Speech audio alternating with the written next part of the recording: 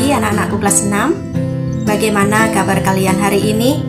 Bu Guru harap kalian tetap sehat dan tetap semangat untuk mengikuti pelajaran daring. Hari ini kita akan belajar tema 2, persatuan dalam perbedaan. Subtema 2, bekerja sama mencapai tujuan. Untuk pembelajaran yang pertama,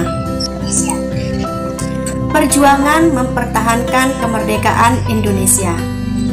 Setelah proklamasi kemerdekaan Indonesia 17 Agustus 1945, bangsa Indonesia ternyata masih terus berjuang untuk mempertahankan kemerdekaan Indonesia dari gangguan bangsa asing yang datang seperti dari pemerintah Belanda. Pasukan Belanda kembali datang ke tanah air. Kedatangan ini disambut dengan berbagai bentuk perlawanan oleh bangsa Indonesia. Sehingga sejak tahun 1945 sampai 1950 telah terjadi berbagai macam pertempuran di berbagai daerah. Antara lain misalnya di Surabaya. Nah, pertempuran ini terjadi antara pihak Indonesia dengan pihak Belanda yang dibantu oleh pasukan Inggris. Anak-anakku, bagaimana perjuangan bangsa Indonesia dalam mempertahankan kemerdekaan Indonesia di berbagai daerah? Salah satunya yaitu pertempuran di Surabaya. Pada tanggal 25 Oktober 1945, tentara sekutu dipimpin oleh Brigadir Jenderal Malabi datang ke Surabaya. Pada tanggal 27 sampai 30 Oktober 1945, terjadilah kontak senjata antara para pemuda Indonesia dengan pasukan Inggris. Nah, dalam pertempuran ini anak-anak, pasukan Inggris dapat dipukul mundur oleh bangsa Indonesia. Bahkan pada puncaknya, dalam pertempuran tersebut terbunuhlah pimpinan pasukan Inggris, yaitu Brigadir Jenderal Malabi.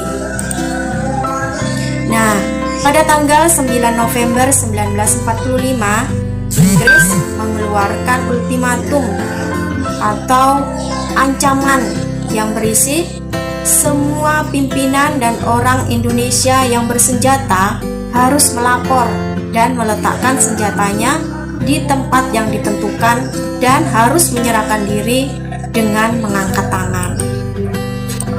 Namun ultimatum atau ancaman tersebut ditolak oleh bangsa Indonesia anak-anak.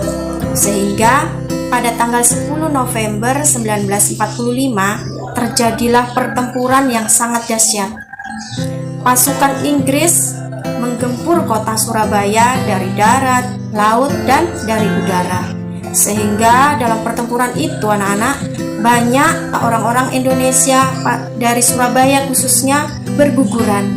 Sehingga pada peristiwa itu 10 November diperingati sebagai Hari Pahlawan, karena banyak pahlawan yang gugur dalam mempertahankan bangsa Indonesia. Nah, itu tadi kisah tentang pertempuran di Surabaya. Sekarang dari cerita tadi terdapat beberapa kalimat efektif. Nah, apa itu anak-anak kalimat efektif? Kalimat efektif adalah kalimat yang mengandung gagasan pembicara atau penulis yang terdiri dari kata-kata yang mempunyai unsur SPOK. Nah, SPOK itu apa anak-anak?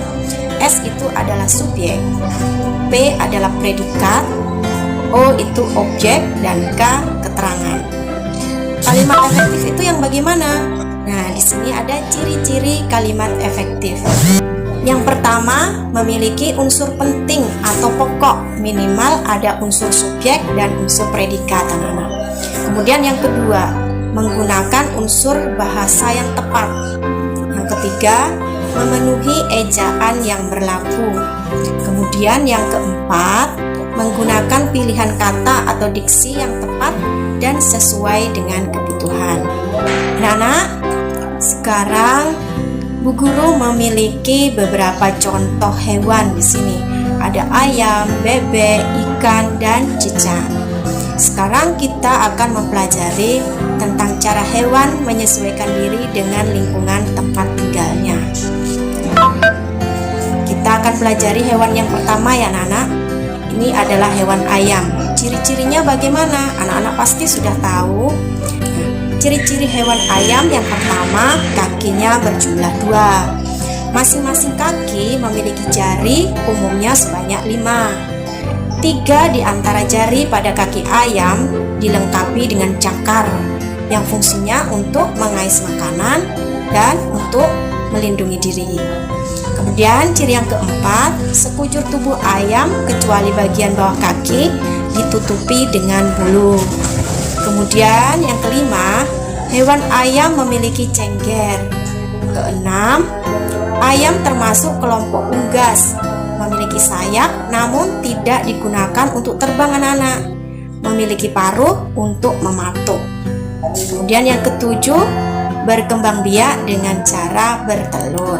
Nah, itu tadi ciri-ciri hewan ayam.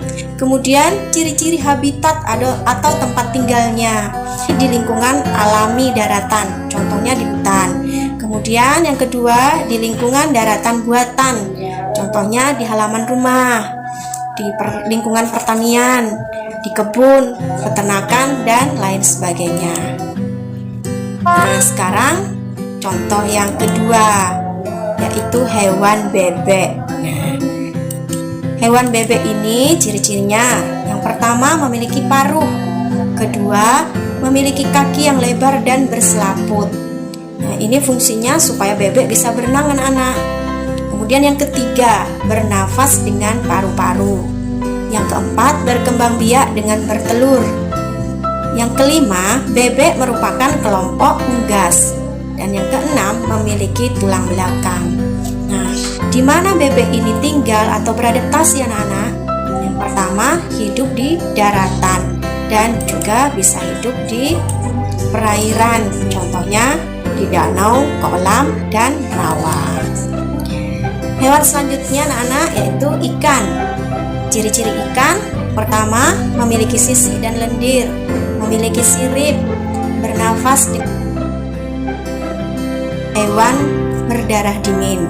Kemudian ciri-ciri habitatnya anak-anak, ikan hidup di perairan atau di lumpur. Kemudian yang keempat ada hewan cicak. Cicak memiliki ciri-ciri. Yang pertama, cicak merupakan hewan melata karena merayap ya anak-anak. Kemudian yang kedua, memiliki kulit yang bersisi.